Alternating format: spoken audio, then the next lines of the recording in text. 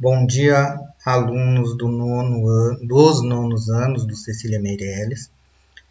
Vamos iniciar aqui uma aula de retomada de conteúdos, os principais conteúdos do oitavo ano, que vocês viram o ano passado de forma remota, né? Então, para iniciar a nossa aula aí, nós temos aqui o título, né? A Era das Revoluções, século XVII ao século XVIII, um período de transformações. Quando nós pensamos na palavra revolução, temos que pensar em uma mudança de ordem gigantesca.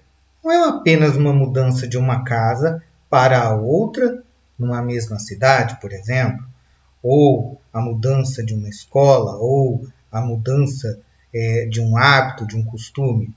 Uma revolução é uma mudança completa na sociedade, na vida de todas as pessoas de uma sociedade.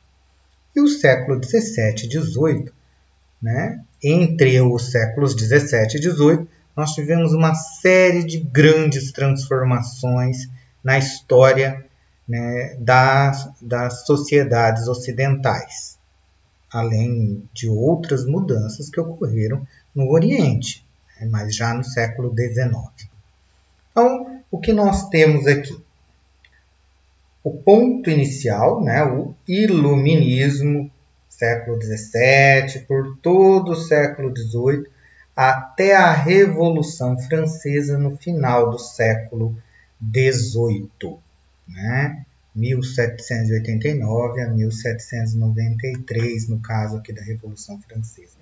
Então, nós tivemos 2 séculos de profundas transformações sociais, econômicas, culturais, científicas, filosóficas, políticas, né? Uma série de mudanças que vão dos costumes da vida privada, né? Como o início do trabalho das mulheres nas fábricas durante a Revolução Industrial, até a formação de uma república, um sistema de governo, a qual, né, hoje o Brasil faz parte. Nós somos uma república, por exemplo. Essa ideia foi criada na Revolução Americana, inspirada no Iluminismo.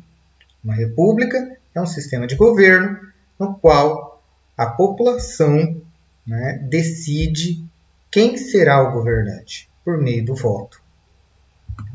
Então, o primeiro ponto aqui, o Iluminismo. O Iluminismo foi um movimento intelectual, científico, artístico, literário e filosófico que marcou a Europa e o mundo durante o fim do século XVII, todo o século XVIII e até hoje. O principal país onde o iluminismo se desenvolveu foi a França, mas os pensadores iluministas também estavam presentes na Alemanha, na Inglaterra, na Espanha, em Portugal, né, e até mesmo no Brasil, nos Estados Unidos também. O iluminismo é um movimento muito exuberante, para não falar metido, que é um dos poucos movimentos da história que se autodenominaram. Os iluministas se autodenominaram de iluministas, de racionalistas, de portadores da luz da razão. Em geral, depois de muitos anos que se passaram, nós, historiadores, é que damos nome ao fenômeno. Iluminismo, Revolução Francesa, independência do Brasil e etc. Os iluministas, muito metidos, exuberantes, se autodenominaram. E o iluminismo, esse movimento todo, tem algumas características. O racionalismo, então, o apego às normas racionais, aquilo que pode ser provado pela razão, né? Então, buscar explicações racionais, né? Há um exemplo simples. Por que chove? Uma explicação mítica. Porque Deus quer, né? Uma explicação racional. É produto do ciclo hidrológico, né? A água evapora, o vapor se condensa na atmosfera e volta para a Terra em forma de água. a explicação racional. A crítica ao absolutismo dos reis. Absolutismo. Então, a ideia de que o rei manda em tudo. O rei produz leis, o rei executa as leis, o rei julga quem vai contra as leis. Isso era o governo absolutista. Então, o iluminismo criticava esse tipo de governo e dizia que o rei não poderia ter todos os poderes nas suas mãos, que esses poderes deveriam ser divididos em outros órgãos, que não apenas a coroa real. A defesa à ciência, ao desenvolvimento dos métodos científicos, né? A defesa da liberdade política, civil e econômica. Então, a pessoa nasce livre, tem os seus direitos civis porque nasceu humano e tem a sua liberdade para ganhar ou não dinheiro, trabalhar da maneira que quiser ou da maneira com que as condições do momento permitirem, né? Crítica ao poder da Igreja Romana, da Igreja Católica Apostólica Romana. Crítica ao poder da Igreja, que era ainda muito grande e influenciava muito, né, as decisões das pessoas no mundo ocidental, não apenas na Europa, mas no Brasil também. Pensando em século XVII, a Igreja era a única instituição unificada do Brasil colonial do século XVII.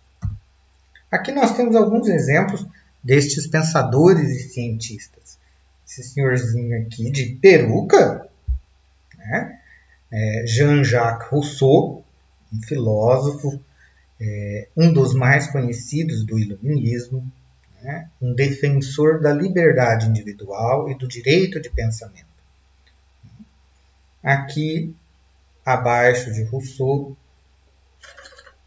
nós temos o Barão de Montesquieu, cuja uma das obras mais importantes é o Espírito das Leis, em que ele vai dividir como deve ser um governo. Um governo, para ser harmônico, precisa de 3 poderes independentes. O executivo, que executa e administra. O legislativo, que irá produzir as leis. E o judiciário, que irá julgar quem infringir a lei, né? Como nós temos hoje no Brasil, por exemplo. E todos os 3 poderes devem obedecer a uma lei maior, máxima, a Constituição do país, em que todos devem obedecer. Aqui ao centro nós temos o casal Lavoisier, né? Um dos, ou melhor, né? O pai da biologia e da química moderna. Lavoisier e a Madame Lavoisier pesquisaram, né, como é que os elementos químicos, como é que os átomos se organizam, se desenvolvem e se dissipam. É dele a frase proeminente, né? Nada é produzido, nada é construído, tudo se transforma, tudo volta à natureza, né? Um ser vivo que morre é constituído por cálcio, ferro, fósforo, carbono, e quando ele morre, durante a decomposição, todos esses elementos químicos retornam à natureza, né? O último aqui é um alemão, né? Francês, é um alemão, né? Immanuel Kant, dos exemplos aqui, é o único alemão, um filósofo político que trabalhou com a moral, com a ideia de como se deve portar numa sociedade e, principalmente, como é que as pessoas aprendem. Trabalhou muito com a teoria do conhecimento. As revoluções, então. Então, nós temos essas principais aqui. As revoluções inglesas, ou a Revolução Inglesa, dependendo do livro. A Revolução Americana e a Revolução Francesa e a Revolução Industrial. Então, grandes processos de mudanças que marcaram o século XVII e XVIII, ok? As revoluções inglesas. As revoluções inglesas foram uma série de movimentos revolucionários que ocorreram entre 1640 e 1658, permeada por uma série de guerras civis entre o parlamento, a coroa ou entre vários grupos sociais e religiosos. Terminou com a Revolução Gloriosa em 1658, que impôs a Carta Magna ao rei Jaime III, limitando o poder real e instituindo o parlamentarismo. Vejam bem, uma revolução, por ser uma mudança grandiosa, não é um processo pacífico. Muito pelo contrário, é um processo muito violento. A Revolução Inglesa, ou as Revoluções Inglesas, que começaram lá em 1640 com a chamada Revolução Puritana, com a Revolução dos protestantes ingleses, chamados puritanos, por serem muito conservadores, é esse o nome da época, que havia uma disputa, abrindo um parêntese, uma disputa muito grande na Inglaterra do século XVII entre grupos religiosos, coisa que não existe mais. Mas naquele momento havia uma disputa muito grande entre vários grupos protestantes e a Igreja Católica, entre vários grupos sociais, comerciantes, né, donos de terras, pequenos artesãos, grandes comerciantes marítimos, que queriam controlar o poder e controlar o rei. Então não foi um movimento pacífico. Esse quadro aqui, por exemplo, né, em 1640, a decapitação, cortaram a cabeça do rei Carlos I. Então, é um movimento extremamente violento, que envolve uma série de grupos sociais, e terminou com a instituição do parlamentarismo. O parlamentarismo é um sistema de governo em que o Congresso de um país, ou seja, deputados e senadores, né, eleitos pelo povo, indicam o seu primeiro-ministro, como é o caso, por exemplo, da Alemanha hoje e da Inglaterra, né, que não tem presidência, tem primeiro-ministro. Né? Então, como é o caso aí destes países. O primeiro-ministro é um deputado eleito pelo povo. Chega lá no parlamento, os parlamentares, deputados e senadores, elegem, né, um deputado ou um senador para ser primeiro-ministro, para governar o país por algum tempo. Então, é um sistema diferente do nosso, que nós elegemos diretamente o presidente da República. A Revolução Americana, ou o processo de independência dos Estados Unidos.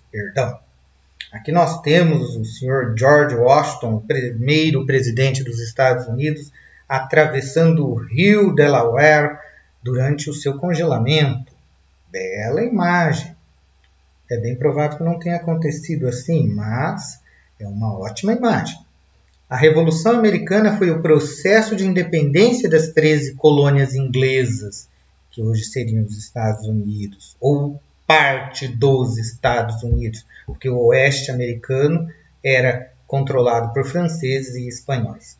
Fortemente pressionados pela exploração da Inglaterra, os colonos norte-americanos, alguns fortemente influenciados pelo autogoverno do iluminismo, iniciaram uma guerra contra a metrópole inglesa, que durou de 1776 até 1783.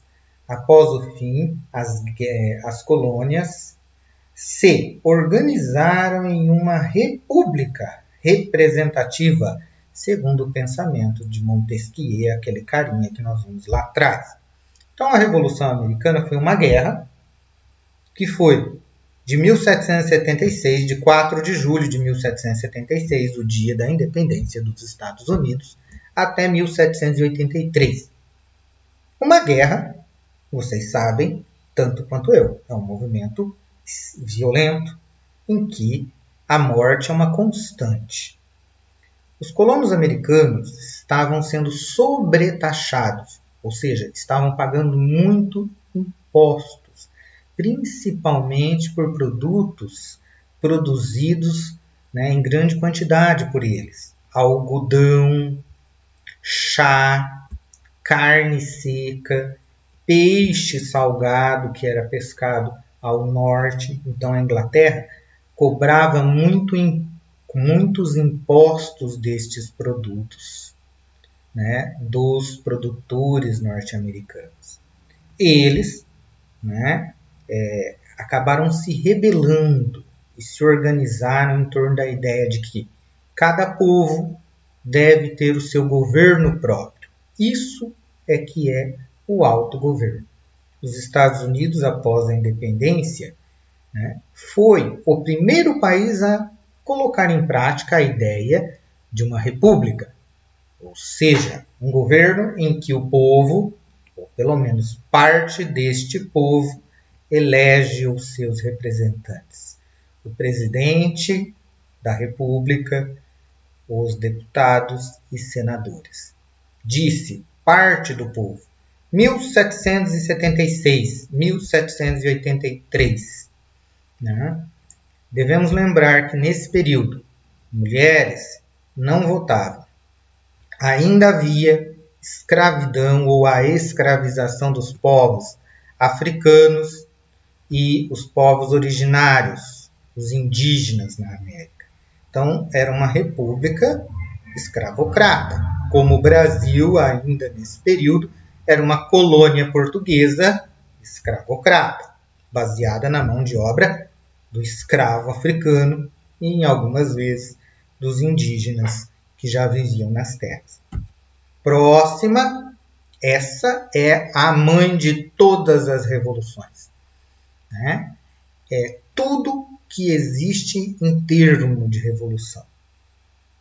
A Revolução Francesa criou a palavra revolução, por exemplo. Os revolucionários franceses criaram a ideia de que estavam fazendo uma revolução, e uma revolução para o mundo todo. Né?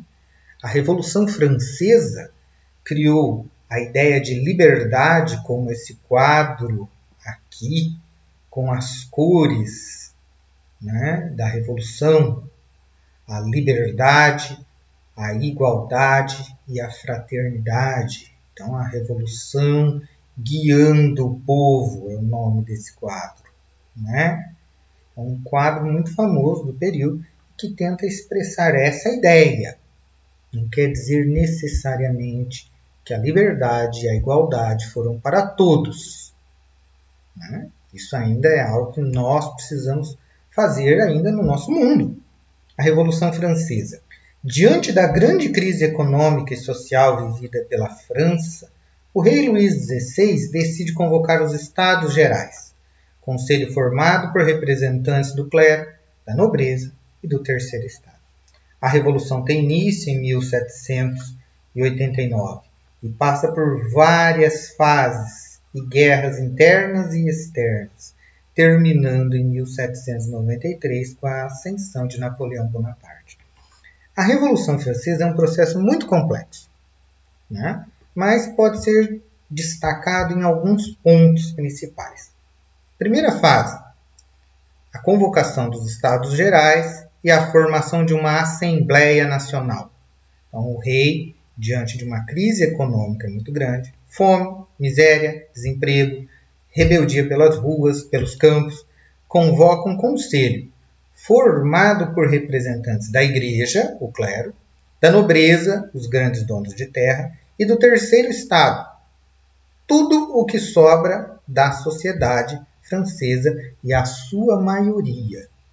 Então, o terceiro estado vai desde camponeses, trabalhadores rurais, até grandes industriais, ricos e milionários. A divisão aqui não ocorre por dinheiro, pela renda. Né? Não são classes sociais. São grupos formados por representantes da igreja, representantes da nobreza que já nasceram nobres e todo o restante da sociedade que não é nem da igreja, nem da nobreza. Esse grupo, né, convocado, apresenta uma solução. Olha, o clero e a nobreza não pagam impostos. Para resolver a crise, vamos instituir que todos paguem impostos. Virou uma briga geral. É claro que quem não quer pagar, não quer mesmo, vai tentar impedir. E quem está pagando muito quer dividir a conta. Então, o primeiro ponto foi essa briga entre esses grupos. Nesse momento, o terceiro estado abandona e forma uma assembleia. Uma assembleia é um grupo de pessoas que tem a função de editar leis. Aí nós temos já o segundo momento da Revolução. O rei, Luís XVI, se vê acuado e tenta dissolver essa assembleia, que tem o objetivo de criar leis para toda a nação francesa, e não consegue. A Assembleia arma a população e a população invade a prisão política da Bastilha, é a tomada da Bastilha, durante a Revolução Francesa, o seu início em julho de 1789, em 14 de julho de 1789, a população invade a Bastilha. Há poucos presos, é claro, não há muitos presos, mas há armas. Armas com as quais a população apoia a Assembleia, que dá início a um processo de criação de uma Constituição Nacional. Essa é a segunda parte. A terceiro momento, havia uma disputa dentro dessa Assembleia, que passou a se chamar Convenção Nacional, em que grupos políticos se rivalizavam, como partidos políticos que temos hoje. Esses grupos políticos ou partidos políticos, os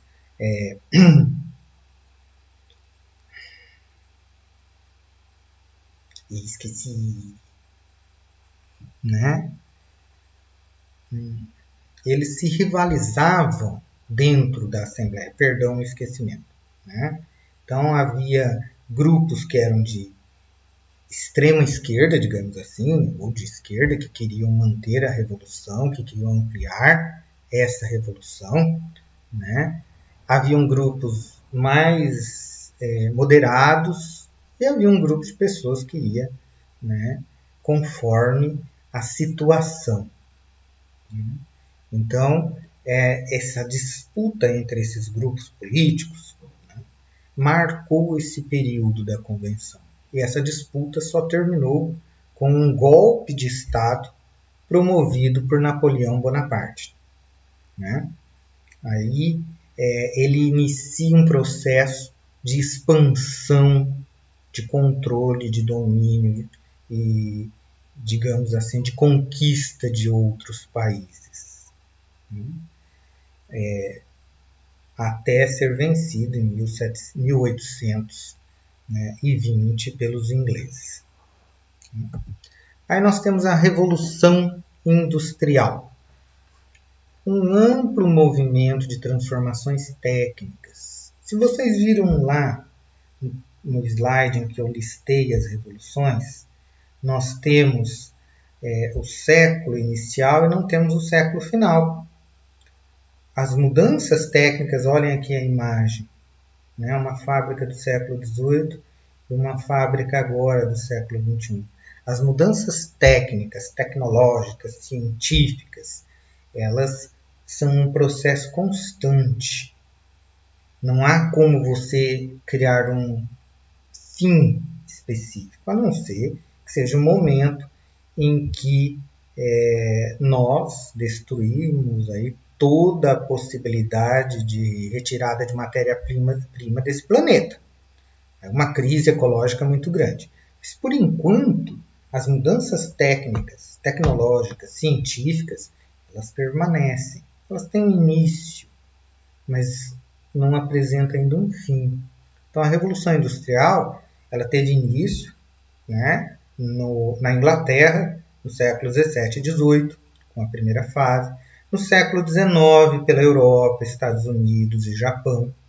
E a terceira fase, uma revolução global, técnico-científica, a globalização, que se expande pelo mundo todo e tem como base essa tecnologia avançada do uso da informática, da internet, da robotização, do controle da modificação genética, né, dos genes que estão lá dentro das nossas células, que comandam a nossa organização vital. Então, essa revolução é uma revolução que está dentro de todas as outras. As mudanças políticas estavam ocorrendo e, juntamente com essas mudanças políticas, na França, na Inglaterra, nos Estados Unidos, também havia um processo de mudanças técnicas e tecnológicas. Né? Então, o que nós temos por enquanto é isso. Procurem reler os textos, né, do ano anterior, procurem ver alguma coisa do ano anterior, façam pesquisa e qualquer dúvida vocês encaminhem pelo mural do Classroom. Muito obrigado.